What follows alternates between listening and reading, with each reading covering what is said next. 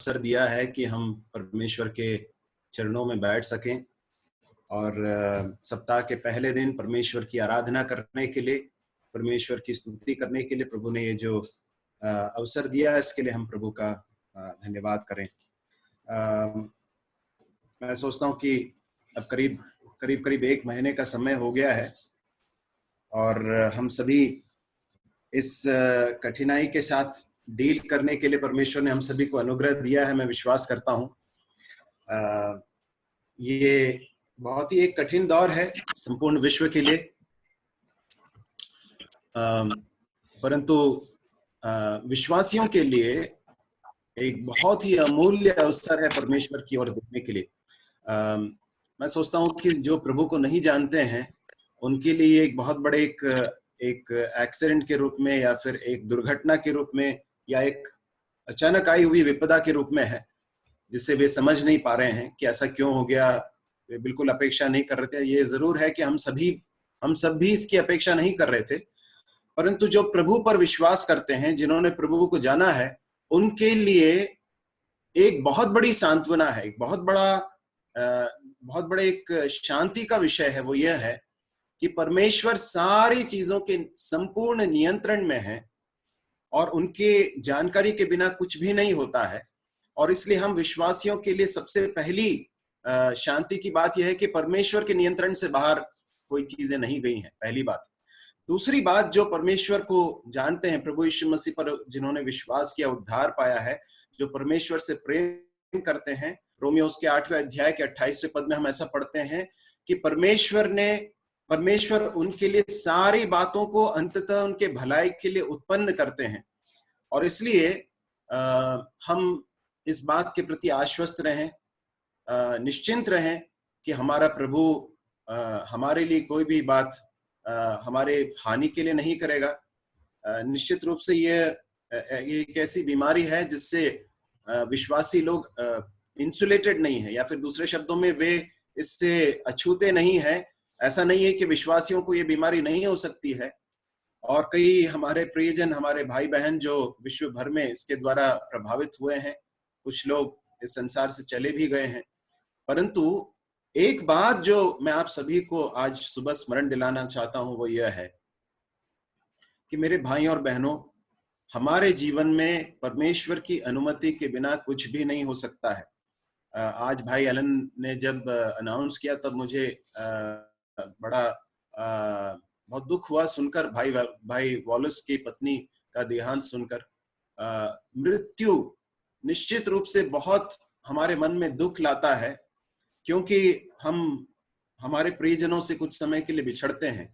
परंतु विश्वासियों को परमेश्वर ने एक बहुत बड़ी आशा दी है कि हम इस संसार के जीवन में यात्री हैं और इस यात्रा के अंत में हम अपने स्वर्गीय घर में पहुंचेंगे, और उसके बाद न बीमारी रहेगी, न कोई संक्रमण होगा, न पाप की कोई तकलीफ होगी, और न मृत्यु रहेगी। परमेश्वर का वचन कहता है कि परमेश्वर आप उनके आंसुओं को अपने हाथों से पोंछ डालेगा। तो उस धन्य आशा के लिए परमेश्वर का धन्यवाद हो।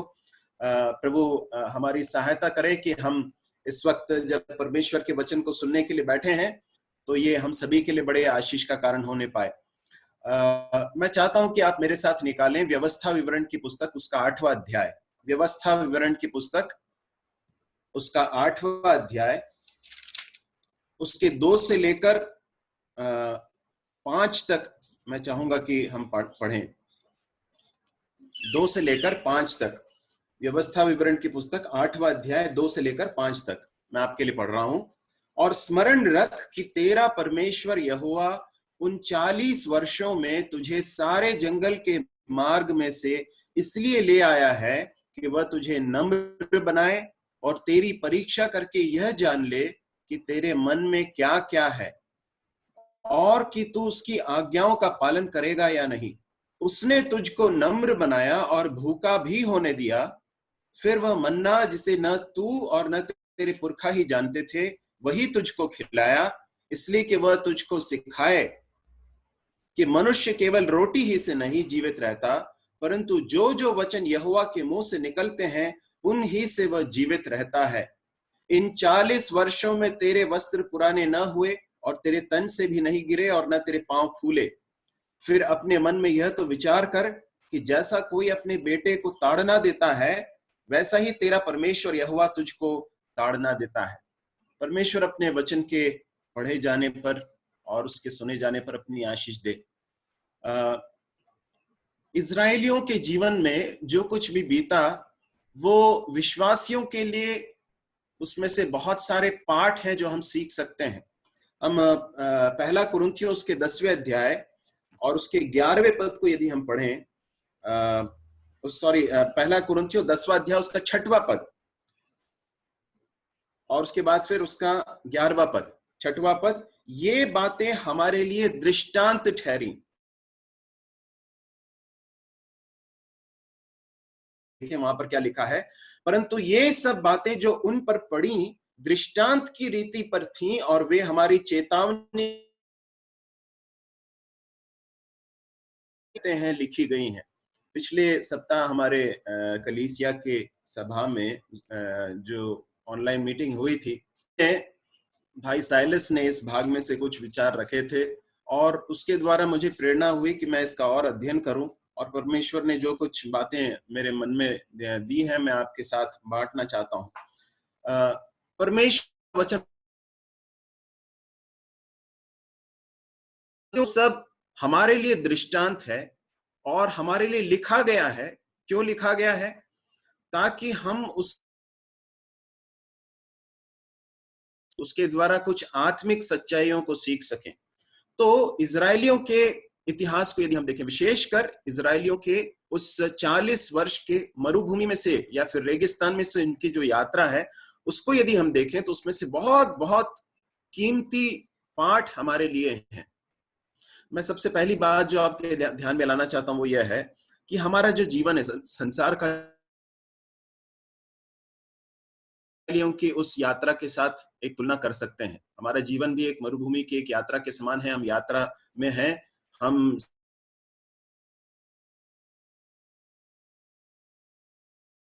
उस स्वर्गीय कनान की ओर की यात्रा में हैं। तो परमेश्वर का वचन, मेरी आवाज ब्रेक हो रही है क्या? हाँ, थोड़ा ब्रेक हो रहा है, थोड़ा तो मैं वीडियो स्टॉप कर रहा हूं।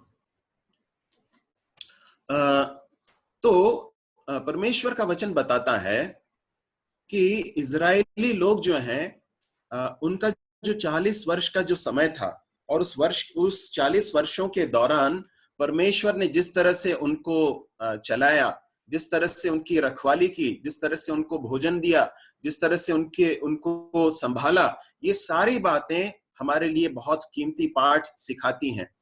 और तीसरा, परमेश्वर का वचन ये इसके द्वारा हमें ये सिखाना चाहता है कि उन कठिनाइयों के समय में या उन कठिन वर्षों में, जो 40 वर्ष का जो समय था वो बहुत आसान समय नहीं था, उन 40 वर्ष के कठिन समय में परमेश्वर के लोग अर्थात इजरायलियों ने किस तरह से प्रत्युत्तर दिया। What was the response of God's people during those 40 years। और उसके पश्चात हमारे जीवन में हम जब कठिन दौर में से होकर गुजरते हैं, तकलीफों में से होकर गुजरते हैं, तो हमारे रिस्पॉन्स कैसे होते हैं, हमारे प्रत्युत्तर कैसे होते हैं, इसको जांचने के लिए भी यह सहायक हो सकता है। तो ये कुछ बातें हैं जो मैं आपके ध्यान में लाना चाहता हूं। परंतु मैं एक बात थोड़ा सा मैं स्पष्ट भी करना चाहता हूं। कई बार हम पुराने नियम के कुछ चीजों को जब अध्ययन करते हैं, जब विशेषकर इजरायलियों के साथ हम अध्ययन करते हैं, तो कई बार उसके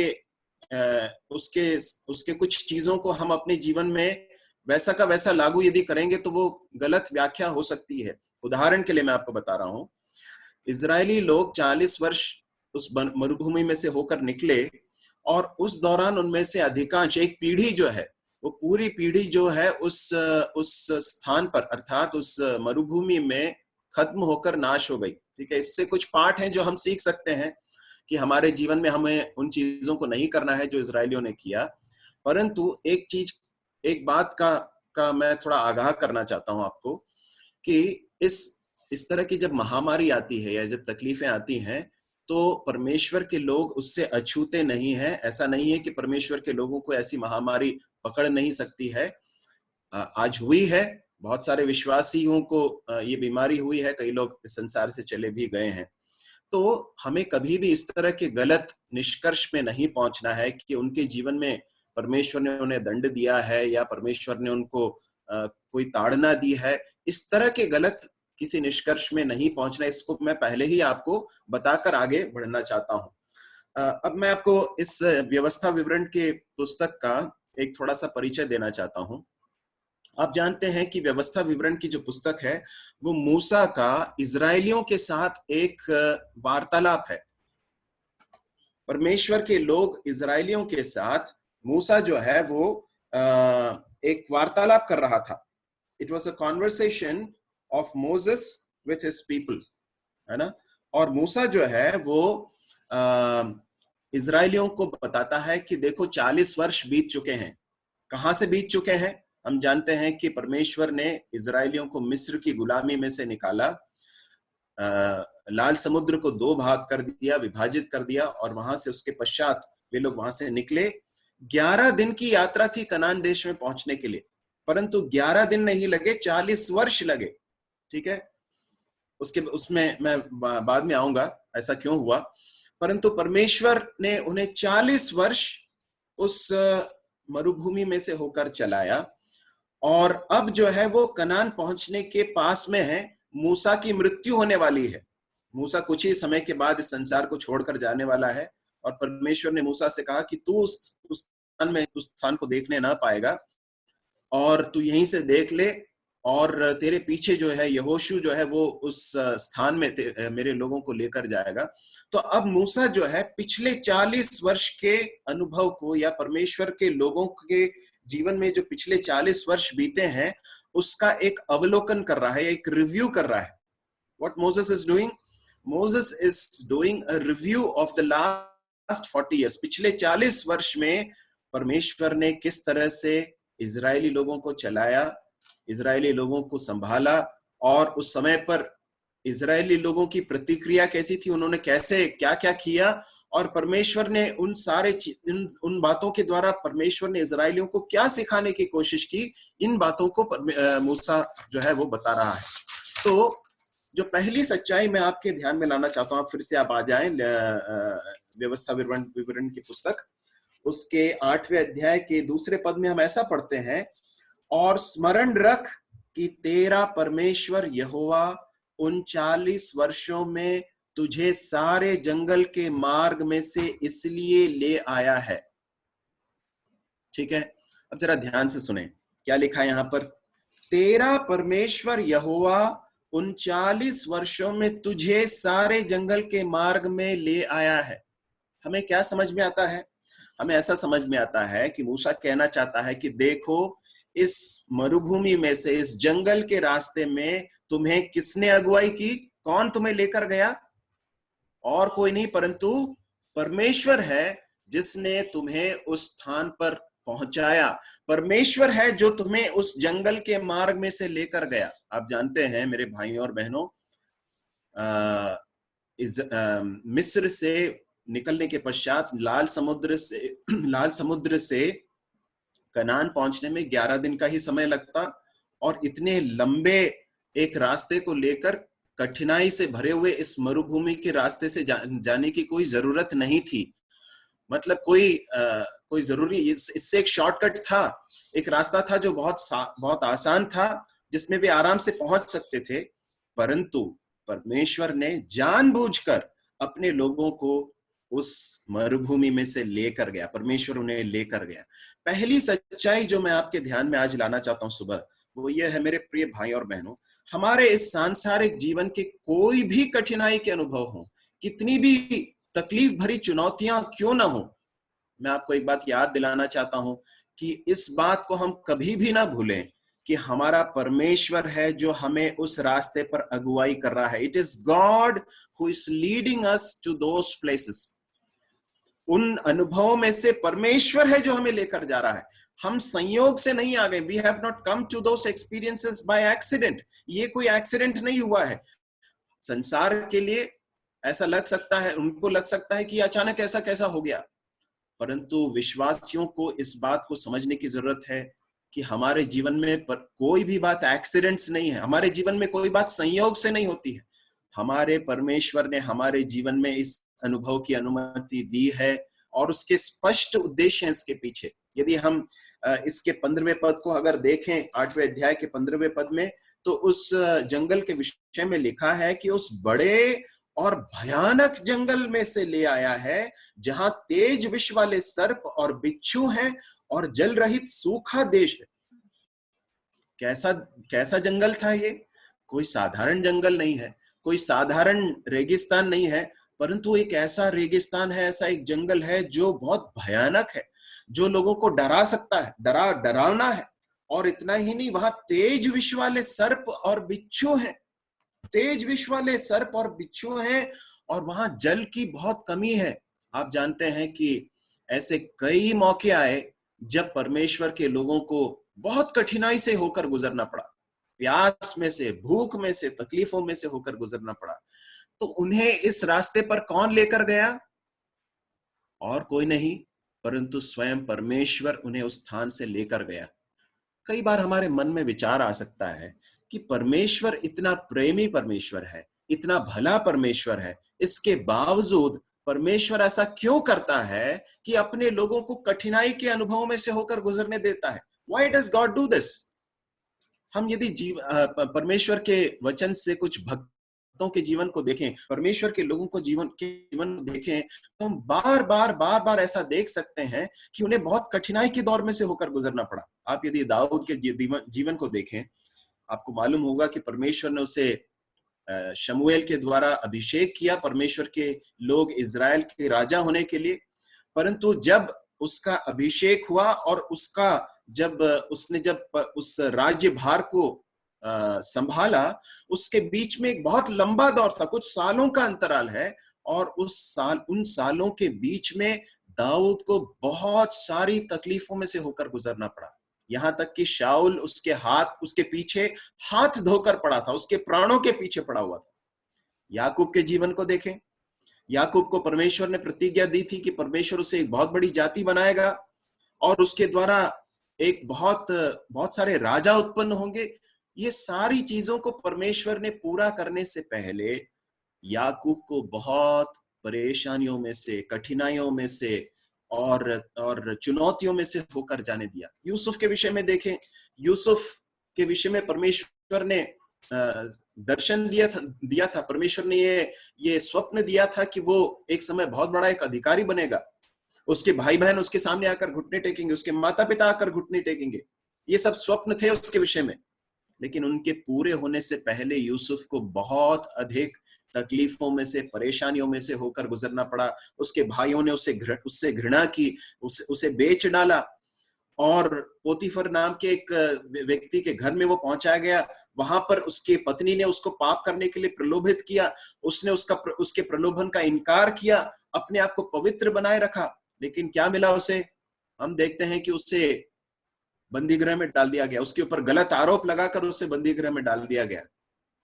उसके बाद बंदी गृह में भी उसके साथ उसने कुछ लोगों की सहायता की, लेकिन वे भी उस उपकार को भूल गए। इस तरह की बहुत सारी कठिनाइयों में से होते हुए हम यूसुफ को जाते हुए देख सकते हैं। हमारे मन में विचार आ सकता है, क्यों परमेश्वर ने ऐसा सब किया? उन सबके जीवन को यदि हम देखें तो हमें समझ में आता है कि परमेश्वर ने क्यों किया। यदि हम प्रभु यीशु मसीह के शिष्यों के विषय में यदि सोचे, तो वहां पर हम देख सकते हैं कि प्रभु यीशु मसीह ने उन्हें एक बार नाव के ऊपर बरबस भेजा करके लिखा है, जानबूझकर भेज दिया, डेलिबरेटली फोर्स करके उनको भेज दिया। किस बात के लिए भेजा? हम आगे जाकर देखते हैं कि वे जब झील के बीच में पहुंच गए तो ऐसी बड़ी आंधी आई, तूफान आया, लहरें उठने लगी कि वे मरने पर थे। ऐसे एक कठिनाई के समय के लिए प्रभु यीशु मसीह ने अपने शिष्यों को दे दिया, उनको सौंप दिया, उनको उसमें भेज दिया। मेरे भाई और बहनों, कोरोना वायरस निश्चित रूप से एक बहुत ही बड़ी महामारी है, परंतु हमारा जो मसीही जीवन है, संसार का जो जीवन है, ये एक बहुत बड़ी तकलीफों और परेशानियों से जूझने वाला एक जीवन है। आज कोरोना है और आगे जाकर और क्या क्या इस तरह की और कितनी सारी चीजें आने वाली हैं, इसके बारे में हम नहीं जानते हैं।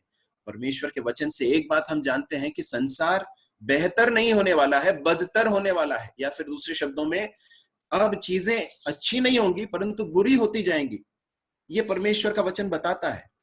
तो इसलिए हमारे जीवन में जब हम कठिन तकलीफों में से होकर गुजरेंगे, उस समय पर हमें इस बात को कभी नहीं भूलना है कि ये परमेश्वर है जिसने इस बात की अनुमति दी है, परमेश्वर है, प्रभु है जो मुझे इसमें से लेकर जा रहा है, इसलिए मुझे हिम्मत नहीं हारना है। प्रभु का कुछ तो उद्देश्य है, प्रभु मुझे कुछ सिखाना चाहता है। तो पहली सच्चाई यह है जो मैं आपके स्मरण में लाना चाहता था। उसके बाद मूसा वहां पर बताता है कि परमेश्वर ने इजरायलियों को इस जंगल के मार्ग में इन कठिनाइयों का सामना करने के लिए क्यों भेजा। पहला कारण जो वहां पर वो बताता है वो यह है कि वह तुझे नम्र बनाए। सबसे पहला कारण, दूसरे पद में हम ऐसा पढ़ते हैं कि परमेश्वर ने इजरायलियों को जंगल में इसलिए भेजा क्योंकि वो उन्हें नम्र बनाना चाहता था। मेरे भाई और बहनों, मैं आपको बताना चाहता हूं, हमारे जीवन के सारे कठिन अनुभव, तकलीफ और परेशानियों के अनुभव, ये वे समय है जब परमेश्वर हमारे जीवन के साथ डील करते हैं, परमेश्वर हमारे साथ व्यवहार करते हैं, हमें बहुत महत्वपूर्ण पाठ सिखाते हैं। और मैं आपको बताना चाहता हूं, क्या वे समय नहीं है जब हमने परमेश्वर के आवाज को सबसे स्पष्ट रूप से सुना? हमारे जीवन में, हमारे जीवन की वे उन दिनों को यदि स्मरण करें जब हम बहुत कठिनाइयों में से होकर गुजर रहे थे, वे समय थे जब प्रभु ने हमें बहुत कीमती पाठ सिखाया, हमें नम्र बनाया, प्रभु के ऊपर निर्भर होना सिखाया। मेरे भाई और बहनों, नम्रता एक ऐसी बात है जो परमेश्वर हमारे जीवन में देखना चाहता है। मूसा के विषय में क्या लिखा है मालूम है? मूसा के विषय में लिखा है कि वो सबसे एक दीन और एक नम्र व्यक्ति था। मूसा उस समय के लोगों में, और हम सोच सकते हैं कि परमेश्वर का वचन जब कहता है तो उसके विषय में वो वास्तव में सत्य है कि वो वास्तव में बहुत ही अत्यंत नम्र और दीन व्यक्ति था, परंतु वो वैसे था नहीं। परमेश्वर ने उसे नम्र बनाया। कैसे बनाया? 80 वर्ष के मरुभूमि के अनुभव के द्वारा परमेश्वर ने उसे नम्र बनाया। जब 40 उसकी आयु हम जानते हैं 120 वर्ष की उम्र में होने के पश्चात उसकी मृत्यु हुई। पहले 40 वर्ष उसने राजमहल में बिताए, और उसके बाद जब उसे समझ में आया कि मैं तो इजरायली हूं और मेरे लोग जो है गुलाम है और वो उन्हें छुड़ाना चाहता था, तो वो बड़े अपनी ताकत का इस्तेमाल करते हुए उनकी रक्षा करने के लिए निकल पड़ा। परंतु हम जानते हैं कि क्या हुआ आगे जाकर। उसको वहां से भागना पड़ा, मिद्यान में गया, और उसके बाद के 40 वर्ष मूसा जंगल में या मरुभूमि में अपने ससुर के भेड़ बकरियों को चरा रहा था। और उन 40 वर्षों में परमेश्वर ने मूसा को तैयार किया, उसे बहुत नम्र बनाया। और नम्रता का पाठ वहां खत्म नहीं हुआ। उसके बाद आगे जाकर उसके अगले 40 वर्ष जब मूसा परमेश्वर के लोग इजरायलियों को लेकर जा रहा था, बहुत तकलीफ के अनुभव आए। कितने बार ऐसा होता था कि इजरायली लोग मूसा के विरुद्ध कुड़कुड़ाते थे, उसको भला बुरा कहते थे, बहुत सारी चीजें कहते थे, परंतु मूसा के जीवन में हम बार बार देख सकते हैं कि जब भी ऐसा होता था, मूसा अपने घुटनों पर गिरकर उनके लिए विनती करता था। मूसा के जीवन में यह सब कैसे हुआ मेरे भाई और बहनों? इसलिए हुआ क्योंकि परमेश्वर ने उसे इन अनुभवों के द्वारा नम्र बनाया। मेरे भाई और बहनों, अहंकार और घमंड परमेश्वर के लिए बहुत बड़ी रुकावट है हमारे जीवन में कार्य करने के लिए। यदि हम चाहते हैं कि परमेश्वर हमें इस्तेमाल करें, तो पहली बात जो हमारे जीवन में होनी चाहिए वो यह है कि परमेश्वर हमें तोड़े। God wants to break us. God wants to make us meek and lowly. परमेश्वर हमें नम्र और दीन बनाना चाहते हैं। मैं सोचता हूँ आप में से अधिकांश लोग जानते हैं, जब अनुग्रह का जन्म होने से पहले, जब मेरी पत्नी प्रेग्नेंट थी, उस समय पर उससे पहले टाइफाइड हुआ, और कुछ दिनों तक घर में थी, उसकी मैं सेवा कर रहा था, और जब बहुत ज्यादा हो गया तो उसे अस्पताल ले जाना पड़ा। और चूंकि मेरी तबीयत इतनी ठीक नहीं लग रही थी मुझे, मैं बहुत कमजोर महसूस कर रहा था उस समय पर, इसलिए भाई जॉयल और स्मिता करके एक भाई और एक परिवार थे, वे बिंसी को लेकर चोइथराम अस्पताल में गए। उसको वहां एडमिट करना पड़ा। उस रात को, जिस रात को उसको एडमिट किया गया, मुझे बहुत ज्यादा कपकपी और बुखार आया, और उसके पश्चात अगले दिन मुझे सेम्स में, अरविंदो में भर्ती किया गया। आप में से कई लोग वहां पर मुझसे मिलने के लिए, हम सबसे मिलने के लिए और हमें प्रोत्साहित करने के लिए आते थे, हमारे लिए प्रार्थना करते थे। मैं आप सभी का फिर से उस सब अनुभव को स्मरण करके मैं परमेश्वर का धन्यवाद करता हूँ। मैं बताना ये चाह रहा था कि जब मैं उसमें से होकर गुजर रहा था, तो एक प्रभु के दास ने मुझे कॉल करके इस तरह से कहा कि मेरे भाई जेम्स, परमेश्वर हमें नम्र बनाना चाहते हैं, परमेश्वर हमें दीन बनाना चाहते हैं, इसलिए परमेश्वर ने तुम्हारे जीवन में इस बात की अनुमति दी है। और उन्होंने जब ये बताया तो मुझे समझ में आया कि ये व्यक्ति जो बोल रहा है उसके पीछे बहुत ठोस कारण है, क्योंकि मैं उस व्यक्ति को जानता हूं। वो एक ऐसे व्यक्ति हैं जिन्होंने खुद अपने जीवन में बहुत कठिनाइयां झेली हैं, और इसलिए जब उन्होंने इस बात को कहा तो मुझे वास्तव में समझ में आया कि हाँ, परमेश्वर ने इसके पीछे कुछ उद्देश्य रखा है। मेरे भाई और बहनों, हमारे जीवन के तकलीफ और परेशानी के अनुभव परमेश्वर इसलिए भेजते हैं ताकि हम उसके पुत्र के समान, प्रभु यीशु मसीह के समान बन जाएं, नम्र बन जाएं। दूसरा कुरिन्थियों उसके 12वें अध्याय उसके 7वें पद में प्रेरित पौलुस इस तरह से कहता है कि दर्शनों के और प्रकाशनों की अधिकता के कारण ऐसा ना हो कि मैं घमंडी हो जाऊं, मैं अहंकारी हो जाऊं। परमेश्वर ने अहंकार से मुझे बचाने के लिए क्या किया? मेरे शरीर में एक कांटा दिया, एक शूल दिया जो बार बार मुझे चुभाया जाता था।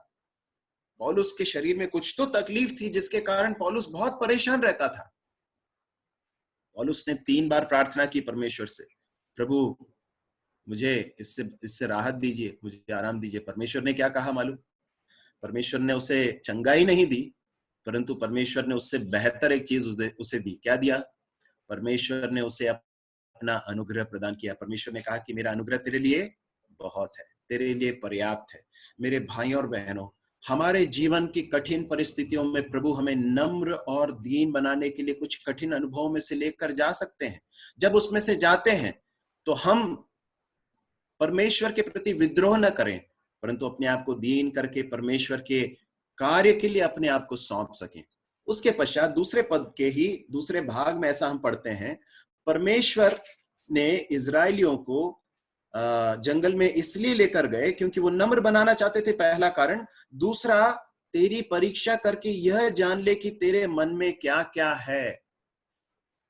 तेरे मन में क्या क्या है, इस बात को जानने के लिए परमेश्वर ने तुम्हें इसमें से भेजा करके परमेश्वर मूसा के द्वारा इजरायलियों से कहता है। मैं आपसे एक सवाल पूछना चाहता हूं, क्या परमेश्वर को मनुष्यों के मन के अंदर क्या है नहीं मालूम क्या? परमेश्वर जानते हैं ना कि हमारे मन के अंदर क्या है। परमेश्वर इससे पहले कि आदम पाप करे, परमेश्वर जानता था कि आदम पाप करेगा। परमेश्वर इससे पहले कि इजरायली लोग बलवा करेंगे, परमेश्वर जानते थे कि वो करेंगे। परंतु परमेश्वर ने जब कहा, यहां पर प्रभु जब कहते हैं कि वह तेरी परीक्षा करके ये जान ले कि तेरे मन में क्या क्या है, तो उसका अर्थ क्या है? इसका अर्थ यह नहीं है कि परमेश्वर जानना चाहता था, परंतु उसका अर्थ यह है कि परमेश्वर उस बात को हमारे सामने प्रकट करना चाहता था, इजरायलियों के सामने प्रकट करना चाहता था कि उनके मन में क्या है। मेरे भाई और बहनों, हमारे हृदय की वास्तविक अवस्था क्या है, परमेश्वर इसे कठिन समयों में और तकलीफों के बीच में हम पर प्रकट करते हैं। It is during the times of crisis, during the times of problems that God reveals the true state of our heart to us. परमेश्वर हमारे हृदय की वास्तविक अवस्था को हमारे सामने प्रकट करके दिखाते हैं। जब कठिन तकलीफों में से हम होकर गुजरते हैं, परेशानियों में होकर गुजरते हैं, तब परमेश्वर बहुत ध्यान से देखता है कि हमारे मन के अंदर क्या चल रहा है, और परमेश्वर हमारे सामने भी उस बात को प्रकट करते हैं। मेरे भाई और बहनों, हमारे जीवन में हम बाहरी तौर पर क्या करते हैं उससे कहीं कहीं अधिक बढ़कर परमेश्वर इस बात में रुचि लेते हैं कि हमारा हृदय कैसा है, हमारे हृदय के हालात कैसे हैं, हमारे हृदय की अवस्था कैसी है। यदि हम इब्रानियों की पुस्तक उसका 3रा अध्याय निकाल लें तो वहां पर हम देख सकते हैं कि इजरायलियों के हृदय की अवस्था क्या थी। इजरायलियों के हृदय की अवस्था के विषय में इब्रानियों की पुस्तक उसके 3रे अध्याय के 8वें पद में हम ऐसा पढ़ते हैं अपने मन को कठोर न करो, जैसा कि क्रोध दिलाने के समय और परीक्षा के दिन जंगल में किया था। इजरायली लोगों के हृदय की अवस्था क्या थी? यहां लिखा है कि उनके हृदय कठोर हो गए थे, पहली बात। दूसरा, इनके मन सदा भटकते रहते हैं। 10वें पद के अंतिम भाग में इनके मन सदा भटकते रहते हैं। तीसरा, 12वें पद में हम ऐसा पढ़ते हैं कि चौकस रहो कि तुम में ऐसा बुरा और अविश्वासी मन न हो। देखिए मेरे भाई और बहनों, इजरायली लोग जब उन अनुभवों में से, कठिनाइयों में से होकर गुजर रहे थे, उनके हृदय की अवस्था क्या थी? यहां पर लिखा है, एक तो उनका हृदय कैसा हो गया था? कठोर हो गया था। There hearts were hardened. दूसरा हम देखते हैं, उनके मन परमेश्वर से भटक रहे थे। परमेश्वर के पास जाने के बजाय वे परमेश्वर से दूर जा रहे थे। परमेश्वर से उनका मन भटक कर दूसरी चीजों की ओर जा रहा था। और फिर हम देखते हैं उनका मन बुरा और अविश्वासी हो गया था। परमेश्वर के प्रति अविश्वास, परमेश्वर के प्रति विद्रोह, परमेश्वर के दास मूसा के विरोध में बातें करना, ये सारी चीजों को हम उनके जीवन में देख सकते हैं। मेरे भाइयों और बहनों, ये थी उनके हृदय की अवस्था। मैं आपसे पूछना चाहता हूं, आज जब हम कठिनाइयों में से होकर गुजरते हैं, ये जो कठिनाई है इसको एक तरफ हम रखें, हम अपने जीवन को ही जरा देखें। हम जब परेशानियों में से होकर गुजरते हैं, हमारे जीवन को यदि हम देखें, हम इस संसार के जीवन में होकर गुजर रहे हैं, हमारे हृदय की अवस्था क्या है? What is the true state of our heart? क्या वो पाप के कारण कठोर हो गया है? क्या वो परमेश्वर से सदा भटकने वाला एक मन है? क्या वो एक कुड़कुड़ाने वाला मन है? हम जानते हैं ना, इजरायली लोग उन समयों में बार बार कुड़कुड़ाते रहते थे। जो नहीं था उसके बारे में हमेशा बातें करते रहते थे। परमेश्वर ने जो दिया था उसके बारे में नहीं, जो नहीं उनके पास था उसके बारे में कहते थे। आज हम सब लॉकडाउन में हैं। ऐसा न हो कि हम हमारे जीवन में फ्रस्ट्रेटेड रहें। मेरे भाइयों और बहनों, लॉकडाउन का समय विश्वासियों के लिए एक रिट्रीट का समय है। परमेश्वर के सन्मुख बैठकर समय व्यतीत करने के लिए, शांत होने के लिए, और इस अनुभव में अपने आप को सौंपने का समय है। फ्रस्ट्रेट होने का समय नहीं है, चिड़चिड़ाने का समय नहीं है कि अरे मेरे साथ ये क्या हो गया, अरे मैं बाहर नहीं जा सकता, अरे मुझे खाने के लिए वो चीज नहीं मिल रही है। ये तो इजरायली लोग भी करते थे। इजरायली लोग कहते थे कि देखो, हमें वहां पर जो है वो वहां पर हमें लहसुन मिलता था, और हमें खीरा मिलता था, हमें वो मिलता था, हमें मांस खाने को मिलता था, हमें यहाँ कुछ नहीं मिल रहा है, ये मन्ना के सिवाय कुछ नहीं मिल रहा है। मेरे भाइयों और बहनों, इन दिनों में हम अपने हृदय को जांचें कि हम किस तरह से रिस्पॉन्ड कर रहे हैं। इजरायली लोगों के प्रत्युत्तर को हमने देखा, और अब बहुत महत्वपूर्ण है कि हम खुद अपने हृदय को भी देख सकें।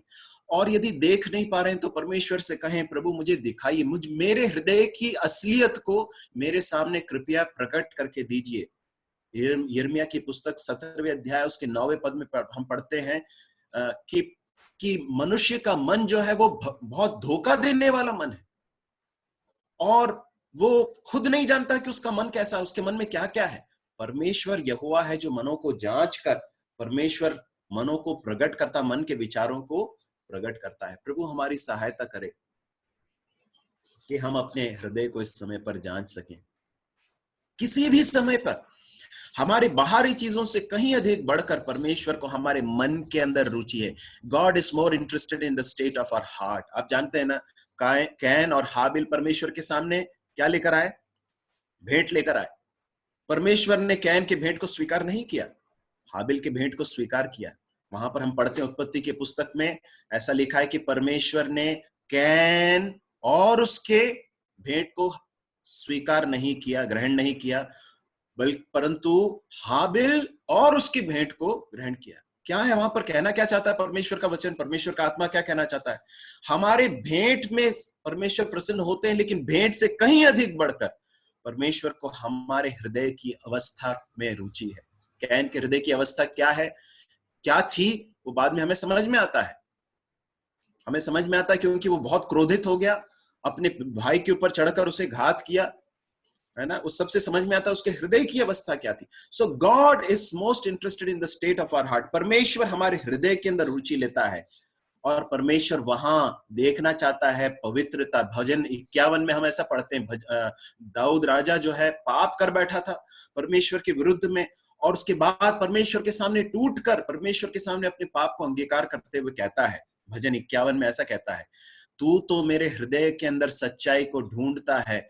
और वहां पर परमेश्वर मेरे हृदय के अंदर, परमेश्वर मेरे हृदय के अंदर सच्चाई को ढूंढता, इस तरह से दाऊद कहता है। मेरे भाई और बहनों, हम अपने हृदय को जांचें। फिर वापस हम आ जाए अपने भाग में, व्यवस्था विवरण की पुस्तक, उसमें 8वें अध्याय में हम ऐसा पढ़ते हैं, उसके 3 पद में, उसने तुझको नम्र बनाया और भूखा भी होने दिया, फिर वह मन्ना जिसे न तू और तेरे पुरखा ही जानते थे वही तुझको खिलाया, इसलिए कि वह तुझको सिखाए कि मनुष्य केवल रोटी ही से नहीं जीवित रहता, परंतु जो जो वचन यहोवा के मुंह से निकलते हैं उन्हीं से वो जीवित रहता है। मेरे भाइयों और बहनों, यहाँ पर परमेश्वर का वचन कहता है कि इजरायलियों को परमेश्वर ने भूखा होने दिया। हम कभी ऐसा ना सोचें कि परमेश्वर हमें भूखा होने के अनुभव में से लेकर नहीं जाएगा। हो सकता है बहुत कठिन दौर में से हमें होकर गुजरना पड़े, लेकिन परमेश्वर ने ऐसा नहीं किया कि भूखा रखकर मार दिया, नहीं, भूख के अनुभव में से होकर जाने दिया, लेकिन बाद में परमेश्वर ने उनको भोजन भी दिया।